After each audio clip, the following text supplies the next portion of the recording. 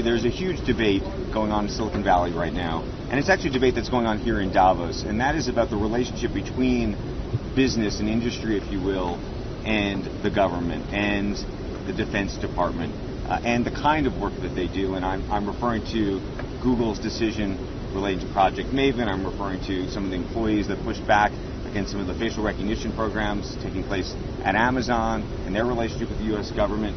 You're squarely in business with the U.S. government and proud of it.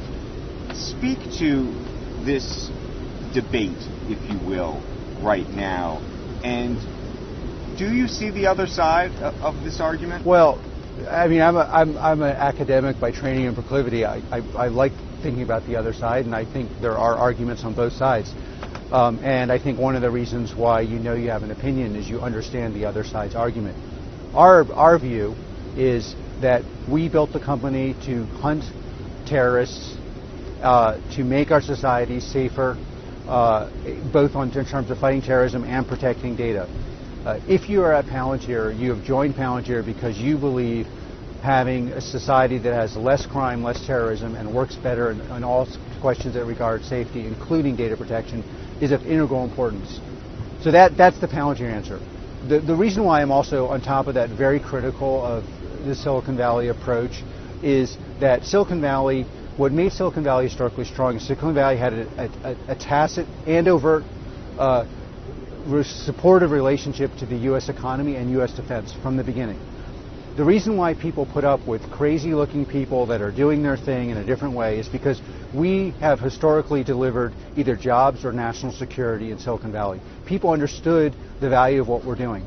Now, Silicon Valley is creating micro-communities that break the consensus of larger society, while simultaneously telling the average American, I will not support your defense needs, and then selling their products to countries that are adversarial to America. That is a loser position. It is not intelligible. It is not intelligible to the average person. It's academically not sustainable. And I am very happy that we're not on that side of the debate. Of course, been cautioned to be more diplomatic about this in public, but I view it as borderline craven. And again, if you're going to take that position, then you have to be frontal about articulating to the American people, what is it that we're offering you that you have in your life that makes your life better? Is it that you get to be part of an ever smaller community where everyone agrees with you? Okay, maybe that's what they're offering you. Is it that their standard of living is increasing? Well, then that argument has to be made. Because if you don't make that argument, you then simultaneously say, I am not going to support a man and woman, American male or female, or a Western ally who is now in harm's way to come home, or I'm not going to stop a terror attack, the average person is going to think you have fallen on your head.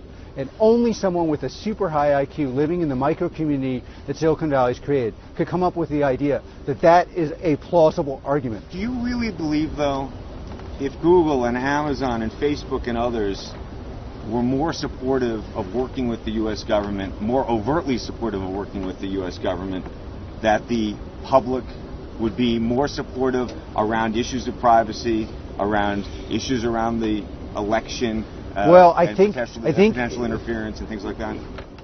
You can say, again, to your point, do I understand the other side?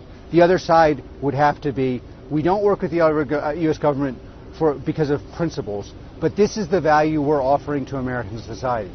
If the argument is, we don't work with the U.S. government because our micro-community calls into question the safety and security of American citizens, and we do work with adversaries of America, and we're not offering something that's clearly valuable to the American public. So to answer your question directly, they could say, look, we disagree with Karp, we think he's crazy, we disagree with Palantir, we have a principled reason why we cannot help the Navy SEAL come home safely tomorrow, the Marine come home safely. We have a principled reason why that's wrong.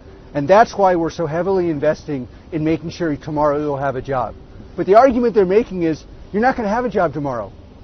And we're not bringing you home safely. And we're going to help you create a community where everyone agrees with you, but you can't talk to anyone else. Of course people push back on that. And by the way, we're a global business. You should hear how people push back about that in German and French. It's not just America. The whole world cannot it's not a sustainable argument. Again, a sustainable argument could be, we're going to help beat cancer. But according to us, we have this weird way of thinking, the Marine isn't the person that we revere like Karp does.